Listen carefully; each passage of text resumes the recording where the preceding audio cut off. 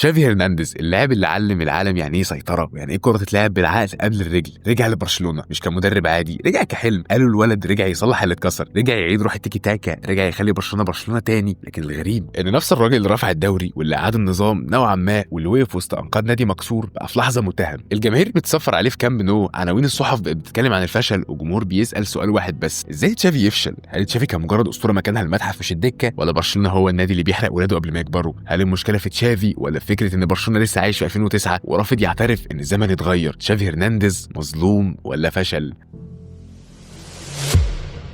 قبل ما تشافي يدخل من باب الكامب نو، برشلونه كان خارج من الباب الثاني، مش مجاز مش مبالغه، دي حقيقه. برشلونه ما وصلش لمرحله الانهيار دي فجاه، كان سقوط بطيء، سقوط نادي كبير بيفقد نفسه خطوه في خطوه وهو مش واخد باله. في يناير 2020 اداره برشلونه قررت تمشي فالفيردي، مش لانه فاشل قوي يعني، بس لانه ما ادهمش اللي هم عايزينه. جابوا مكانه كيكي ستيان، راجل معروف بالاستحواذ وبكره نظيفه. على الورق الاختيار كان منطقي، على ارض الواقع كان كارثه. ستيان دخل اوضه اللبس فيها نجوم كبار، فريق مهزوز نفسيا واداره متلخبطه، ونادي فقد احترامه لنفسه، ولا وقت ولا دعم ولا هيبه. لو اتكلمنا دلوقتي عن حاجه عملت زلزال في العالم كله وخاصه في برشلونه، اغسطس 2020 ربع نهائي دوري ابطال اوروبا، برشلونه وبايرن ميونخ. الماتش ده مش مجرد خساره، ده ذل. 8 تجوان، رقم عمره ما كان بيتقال جنب اسم برشلونه. دفاع تايه، وسط ملعب مختفي، ميسي واقف لوحده بيبص حواليه ومش فاهم ايه اللي بيحصل ده. بعد الماتش النادي كله وقع. ستيان اتشال طبعا بعدها ب3 ايام، مش لانه السبب الوحيد، لكن لانه كان الحلقه الاضعف. الاداره قالت نرجع اسطوره، وجابوا رونالد كومان، اسم كبير مدفعجي مدافع قوي، لكن المشكله كومان جه وبرشلونه كان مكسور، فريق عجوز، لعيبه مش مناسبه لبعض، شباب محروقين بدري، واداره تتخانق مع نفسها. لو بصينا على موسم 2020 2021 فبرشلونه بيخرج من دوري الابطال، بيخسر الليجا، والاداء متذبذب جدا. طب الموسم اللي بعده بقى وبدايته كارثيه، الفريق بيوصل للمركز التاسع في الدوري، برشلونه تاسع، خساره قدام فرق اسمها ما كانش بيتقال اصلا جنب اسم النادي. طب لو بصينا لاوروبا، هزيمه 3 من البايرن، بعدها 3 من بنفيكا. برشلونه لاول مره بيبقى شكله صغير جدا، كومان بيتكلم ونادي بينهار، كومان بدا يطلع الاعلام يشتكي يتخانق يلمح ان الفريق ضعيف، وده في برشلونه خط احمر. الاداره اصلا كانتش عايزاه، الجمهور سئ منه فقد صبره، واللعيبه تايهه. وفي اكتوبر 2021 بعد خساره من رايو فايكانو، كومان بيمشي، وبرشلونه من غير مدرب ومن غير روح ومن غير مشروع. وسط كل ده كان في وحش تاني بيتكون، هو الفلوس، وجابت معاها الديون وقيود تسجيل اللعيبه وعدم القدره على دعم اي مدرب. فبرشلونه بقى نادي بيفكر نجيب مين ارخص مش نجيب مين افضل. اي مدرب بيجي كانه داخل معركه خسرانه من قبل ما يبدا اصلا. فبرشلونه في 2021 كان نادي بلا هويه، مش قوي مش مخيف، لا بيعرف يدافع ولا بيهاجم ولا حتى بيسيطر، والجمهور واقف بيبص وبيسال احنا بقينا ايه؟ وفي اللحظه دي وسط القرف ده كله، الاداره افتكرت اسم واحد بس، اسم مش مدرب عادي، اسم في الذاكره، اسم حلم، تشافي هرنانديز. لكن السؤال الحقيقي بقى، هل تشافي دخل ينقذ برشلونه ولا دخل نار كانت اكبر منه؟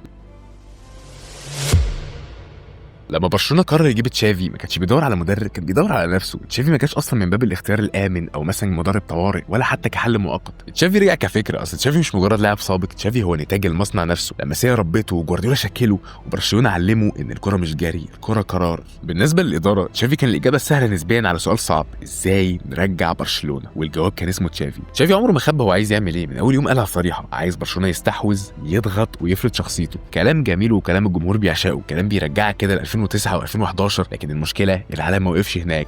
اول مؤتمر صحفي لتشافي ما كانش مؤتمر مدرب، كان بيان فلسفي، اتكلم عن الهويه، السيطره، الجرأه، احترام تيشيرت برشلونه، قال ان برشلونه لازم يلعب بطريقه واحده حتى لو خسر. الجمهور ساعتها كان عايز يسمع الكلام ده، لكن السؤال اللي ما اتسالش وقتها هل الكلام ده ينفع دلوقتي؟ بس اكيد انتوا عارفين تشافي جاي منين. تشافي جاي من السد القطري، كسب بطولات، سيطر، طبق افكاره، بس الحقيقه السد مش اوروبا، والدوري القطري مش الليجا، وضغط فريق كبير زي برشلونه مش زي اي حاجه في العالم تانية. تشافي ما اتدربش على اداره نجوم عالميين متقلبين، على اعلام بيحاكمك كل يوم، على جمهور ما بيقبلش التعلم ولا الصبر. ده خلى سؤال واحد يجي في دماغ كل واحد بيشجع برشلونه: هو برشلونه بيراهن ولا عارف هو بيعمل ايه؟ تشافي دخل وفكرته في دماغه، لكن الواقع كان قاسي جدا عليه. لعيبه اصلا ما يسمعوش عن حاجه اسمها تيكي تاكا، نص ملعب غير مكتمل، اجنحه ما بتعرفش تلعب اللعب الضيق، اداره مش مستقره. تشافي كان عايز يبني وبرشلونه كان عايز نتائج حالا. الفكره بتقول صبر والجمهور بيقول يلا بينا دلوقتي. وهنا بقى بدا الصدام. تشافي اتعامل في بدايته مش كمدرب بيتعلم، اتعامل كمنقذ. اي غلط زي تشافي، اي خساره فين برشلونه بتاعك. هو ما خدش رفاهيه الغلط ولا مساحه التجربه لانه مش شخص عادي، ده تشافي. وهنا بقى يطلع السؤال الحقيقي اللي هيكمل القصه كلها: هو برشلونه تعاقد مع مدرب ولا تعاقد مع ذكرى جميله وحاول يعيش فيها من اول وجديد؟ هل اختيار تشافي كان خطوه صحيحه في توقيت غلط، ولا مخاطره محسوبه، ولا حلم اكبر من الواقع؟ تشافي دخل برشلونه وهو شايف فلسفه عمرها 20 سنه، لكن هل النادي كان لسه قادر يعيش بيها؟ المشكله ما كانتش ان برشلونه بيكسب، المشكله ان مفيش حد كان واثق ان الفوز ده حقيقي وهيكمل. موسم 22 23 برشلونه بطل الليجا، لقب رسمي، 88 نقطه، صداره واضحه على الورق، نجاح كامل. لكن بين الجماهير الاحساس كان مختلف جدا. الجماهير دايما كانت قلقانه لان برشلونه في الموسم ده ما كانش فريق يطمنك، حتى هو كسبان كنت تحس ان الماتش ممكن يتقلب عليه في اي وقت. ماتشات كتير شوط اول منظم وشوط تاني متراجع، الفريق بيسلم كوره والجمهور قاعد يعد الدقايق، مش خوف طبيعي، حذر زياده عن اللزوم، وده اول سبب خلى الشك يدخل قلوب الناس. لو بصيت على الارقام فتلاقي ان برشلونه استقبل 20 جون في موسم كامل، اقوى دفاع في الليجا، تير شتيجن 26 كلين شيت. لكن هنا المفارقه، برشلونه تاريخيا مش نادي اصلا بيعيش على الدفاع. الدفاع انقذ طبعا فريق كتير، لكن في نفس الوقت غطى على مشاكل هجوميه اكتر. ناس كتير بدات تحس احنا ثابتين بس مفيش خطوره مننا. بس برشلونه ما كانش سيء طول الوقت على فكره، وده اللي زود الزعل اصلا بتاع الجمهور. كان في ماتشات عظيمه زي ال4-0 بتاعت ريال مدريد، سيطره قدام اتلتيكو، ماتشات ضغط وهيبه. والفكره بقى ان ده معناه ان الفريق يقدر، لكن في المقابل ماتشات كتير استحواذ بلا خطوره، بطء في البناء، اعتماد على الهدف بدري وبعد كده الفريق يرجع لورا. فكره انك تكسب وانت مش مسيطر ذهنيا دي كانت بتتكرر كتير. وسط موسم اللقب جت هزات ما ينفعش تتنسي برضه، يعني خساره 3-1 من ريال مدريد في كاس الملك. برشلونه كان متقدم وشوط تاني كامل انهار فيه الفريق. الماتش ده قال حاجه خطيره جدا، وان تشافي تحت الضغط بيتلخبط. وطبعا طلوع مانشستر يونايتد اللي هنرجع له بعدين برضه، بس برشلونه وقتها كان متصدر الليجا وفي افضل حالاته محليا، لكن اوروبيا خسر في الكامب نو وخسر في الاولد ترافورد. وهنا الشك بقى علني، ليه دايما بنضعف لما المستوى بيعلى. هو برضه في الوقت ده الجمهور ما كانش طالب المستحيل، الجمهور ما كانش مستني مثلا تيكي تاكا 2009 ولا سداسيات ولا هيمنه مطلقه، كان عايز فريق واثق في نفسه، اداء ثابت، احساس المدرب مسيطر على التفاصيل. لكن اللي حصل ان في ماتشات كتير برشلونه كسب والجمهور خرج مش مرتاح، وده اخطر احساس ممكن تعيشه مع فريقك. تشافي نجح وده واقع، لكن النجاح ده ما قتلش الشك، لان في برشلونه مش كل فوز انتصار ومش كل لقب شهاده امان. الجمهور ما قالش بس واكتفى اللي هو احنا كسبنا، السؤال الحقيقي كان كسبنا ازاي وهل ده ينفع يكمل؟ صحيح الدوري خلاص برشلونه كسبته، لكن القناعه ما اكتملتش، وبرشلونه نادي ما بيعترفش بنجاح ناقص، وعشان كده الدوري ما شفعش لتشافي. تشافي دخل موسم 22 23 هو متصدر الليجا، برشلونه رجع يتكلم عن نفسه، صفقات تقيله، ليفاندوسكي، كوندي، رافينيا، والجمهور قال الموسم ده غير، الموسم ده هو بتاع اوروبا بقى. القرعه بايرن ميونخ، انتر، فيكتوريا بيلزن، مجموعه صعبه بس مش مستحيله. على الورق برشلونه قادر جدا، برشلونه لاعب، استحوذ، ضغط، بس خسر مش مره، مرتين. وبايرن ما كانش محتاج يبذل مجهود خارق، يعني خبره وهدوء وضربه في التوقيت الصح وخلاص. برشلونه ما بيعملش حاجه غير انه بيضيع ويتعاقب. انتر بقى في ميلانو خسر 1-0 هدف وخلاص، وفي الكامب نو ماتش مجنون 3-3 بس تعادل بطعم الهزيمه. الجمهور خرج من الملعب وحاسس باحساس غريب، احنا بنلعب كويس بس ليه دايما بنطلع خسرانين؟ هنا بقى تشافي طلع وقال قدمنا ماتش كبير والكلام ده، بس اوروبا ما بتسمعش الجمله دي. الشامبيونز ليج بيبص للنتيجه بس، والنتيجه خروج من دور المجموعات للسنه الثانيه على التوالي. من هنا بقى بدا الشك، وهل اصلا تشافي فاهم اوروبا؟ برشلونه نزل الدوري الاوروبي، بطوله المفروض تبقى اقل بس نفسيا كانت اهانه. الخصم مانشستر يونايتد فريق مش مرعب اوروبيا ولسه بيتكون، الذهاب في الكامب نو تعادل 2-2. برشلونه كان احسن بس ضيع كتير وما قتلش الماتش. في الاياب بقى في الاولد ترافورد برشلونه بيتقدم وبعدها بينهار، خساره 2-1 وخروج. وهنا بقى لو انتوا فاكرين المشكله ما كانتش جوده لعيبه، كانت اداره لحظه. تشافي اتاخر جدا في التغييرات وفقد السيطره والفريق اتلخبط اول ما اتضغط. بس بقى لو هنروح للموسم اللي بعده بتاع 23 24 في المجموعه المره دي سهله، بورتو، شختار، وانتورب. برشلونه اتاهل بس ما حدش كان مطمن، الاداء لسه مهزوز، ماتشات بيكسبوها بالعافيه واخطاء دفاعيه بتطلع فجاه. لو رحنا بقى الدور 16 وباريس سان جيرمان، ده بقى المشهد الاهم، المشهد اللي اتلخص فيه كل ازمه تشافي الاوروبيه. في الذهاب في باريس برشلونه بيكسب 3-2، افضل مباراه اوروبيه لتشافي، جرأه وتنظيم وروح. الجمهور قال هو بقى ده المدرب اللي احنا كنا مستنيينه. الاياب بقى في الكامب نو، واللقطه المشهوره في الدقيقه 29 طرد اروخو. من اللحظه دي الماتش انتهى، مش بالنتيجه بس بالحاله. تشافي فقد هدوءه واعترض وطرد، ما عرفش يغير الخطه، الفريق تراجع عشوائيا. بصراحه باريس قدمت ماتش جامد جدا، بس الفكره برضو ان تشافي ما كانش عارف يتصرف ازاي لما اروخو اتطرد، والنتيجه 4-1 وخروج للسنه الثانيه على التوالي تشافي. هنا بقى ما ينفعش نقول سوء حظ، دي اداره ازمه فاشله. والجمهور بقى بعد الماتش اتهم تشافي حاجات كتير، يعني هو ما بيعرفش يلعب على النتيجه، مفيش خطه بديله، العصبيه بتغلبه، التفاصيل الصغيره بتكسره، واوروبا اعلى من مرحله تعلمه. تشافي على فكره ما كانش مدرب سيء قوي في اوروبا، لكن اوروبا ما استنتش لما يبقى جاهز. وبرشلونه الغلط مره اسمه تاريخ، والغلط مرتين اسمه رحيل.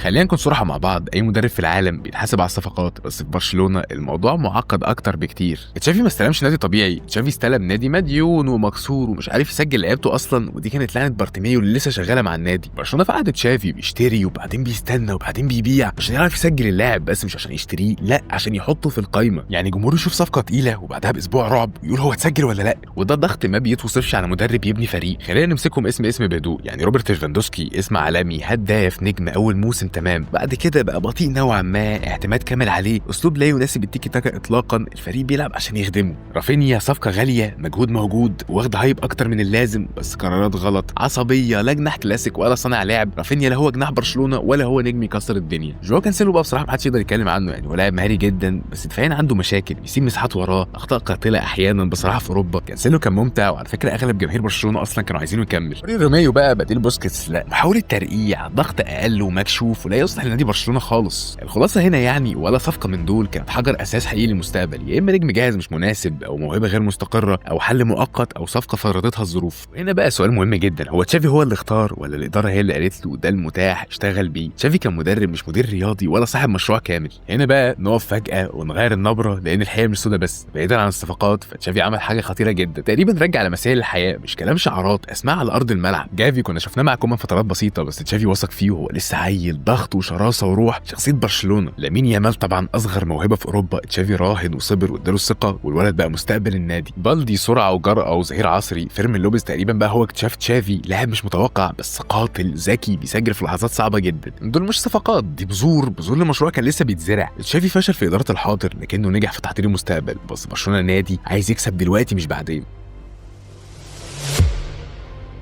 نقولها بصراحة، أوضة اللبس بتاعت برشلونة مش أي أوضة لبس، دي أوضة ميسي، تشافي، انيستا، بوسكيتس، بيكيه. أوضة اتعودت إن اللي واقف قدامها بيبقى أسطورة. تشافي دخلها أسطورة فعلا، بس السؤال هل ده كان كفاية؟ تشافي مع اللعيبة الصغيرة كان نجح بوضوح، جافي بدري بس كان بيتصاب معاه كتير مع الأسف، لامين يامال في الوقت اللي كان بيديهوله، وفيرمين لوبيز وبالدي دول بيسمعوا وبينفذوا، شايفين في قدوة. تشافي بالنسبة لهم مش مدرب، ده حلم بيتحقق، وده خلى بين اللعيبة الشباب في انضباط، في التزام وبتقاتل. المشكلة بقى بدأت في الحتة التانية، المشكلة ما كانتش مع الشباب، المشكلة كانت مع القدام. بيكيه كان مستواه بينزل، اخطاء دفاعيه فادحه، بطء، مشاكل بره الملعب، ورغم ده كان بيلعب وكان اساسي كمان، وكان ليه حصانه معنويه. والفكره ان مش لان تشافي مدرب ضعيف ولا حاجه، لان تشافي كان مدرب صاحبه. سيرجيو بوسكيتس ايقونه، اسطوره، اخر قائد للجيل الذهبي، وكل الكلام الحلو ده، لكن الحقيقه ايقاعه بقى ابطا، اوروبا بقت تكشفه، المساحات وراه كارثيه. تشافي فضل يعتمد عليه لحد اخر لحظه، مش غلط حبا فيه لكن غلط فنيا. هنا بقى النقطه كمان، تشافي كان شايف بوسكيتس بعين اللاعب مش بعين المدرب. بس هل تقدر تقول ان ده كان مجامله؟ ما تقدرش تقول كده بنسبه 100%، لكن تقدر تقول ان تشافي اتاخر في انه يطلعهم بره التشكيله. تشافي حاول يعمل معادله صعبه، يحافظ على احترام الكبار ويفرض سيطرته على الصغيرين. نجح في النص الثاني، لكن الاول كان تقيل عليه جدا نفسيا، وبرضه ده طبيعي لو حطيت نفسك مكانه، اللي هو ازاي تطلب من واحد صاحبك يقعد احتياطي. الفكره بقى ان كان في لعيبه كده في التشكيله بتحس ان في تفرقه، قرارات متاخره، تغييرات بتحصل بعد فوات الاوان، احترام زياده عن اللزوم، واوضه اللبس كبيره زي برشلونه بتحس بالحاجات دي فورا. اللي هو يعني من الاخر تشافي كان قائد ممتاز للشباب، لكن كان محتاج يكون قلبه قاسي اكتر مع صحابه.